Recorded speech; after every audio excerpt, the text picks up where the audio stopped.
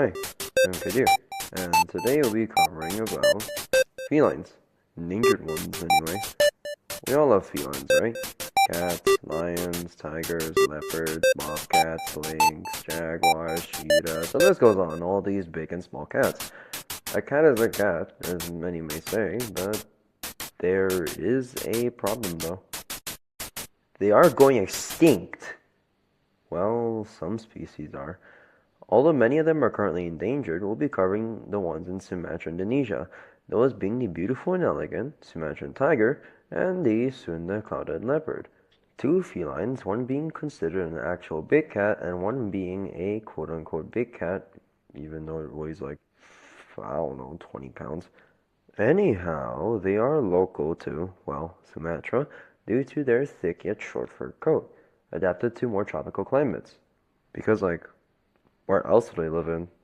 Norway? Woohoo! Big summer blowout? Well, you say they're endangered, but how and why? Good question, dear viewer. Well, to enlighten your uneducated head, we're gonna cover Sumatran tigers first.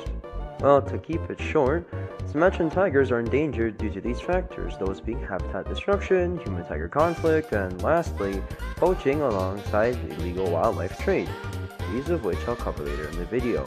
Now, why are they important? Those, well, specifically the Sumatran tiger and the Sunda clouded leopard in the environment.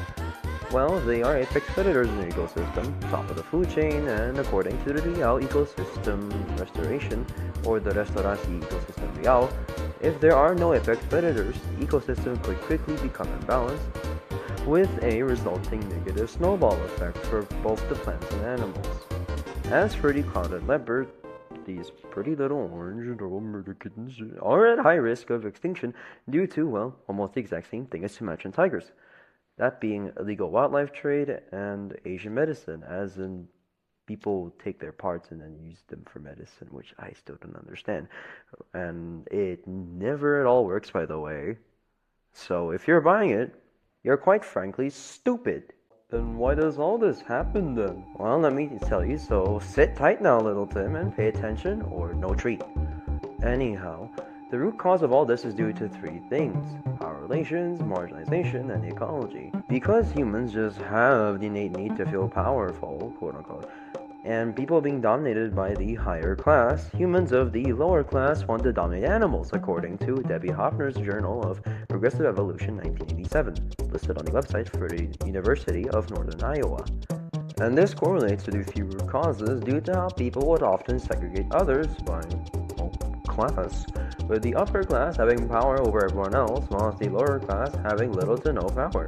Thus, the lower class would then resort to asserting their dominance over animals, which include our two felines being discussed in the video. Thus, it is marginalization, the process of people segregating other groups from meaningful participation, whether it be socially, politically, or cultural life. In simple words, upper-class rich people have more power, lower-class people have less power.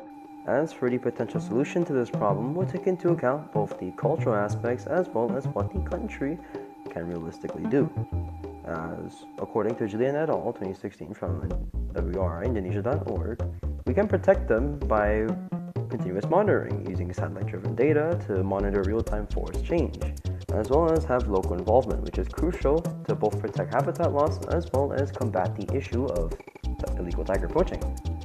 Additionally, she stated that the government of Indonesia could integrate the management of TCLs, otherwise known as the tiger conservation landscapes. So we have that as potential home. As for the Sunda clouded leopards, well, about the same thing, except we can also have a form of paid incentive for preserving their ecosystem.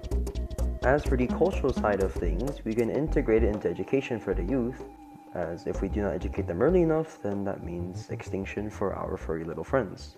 To conclude, these two big felines are crucial to the ecosystem and society in terms of people's natural curiosity and desire to understand nature.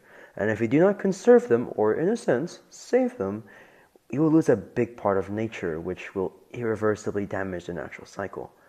That is all for now. Feel free to pause the video to check my references, and thank you, dear viewer, for tuning into my video. I'll see you around after my long coffee break. Bye bye!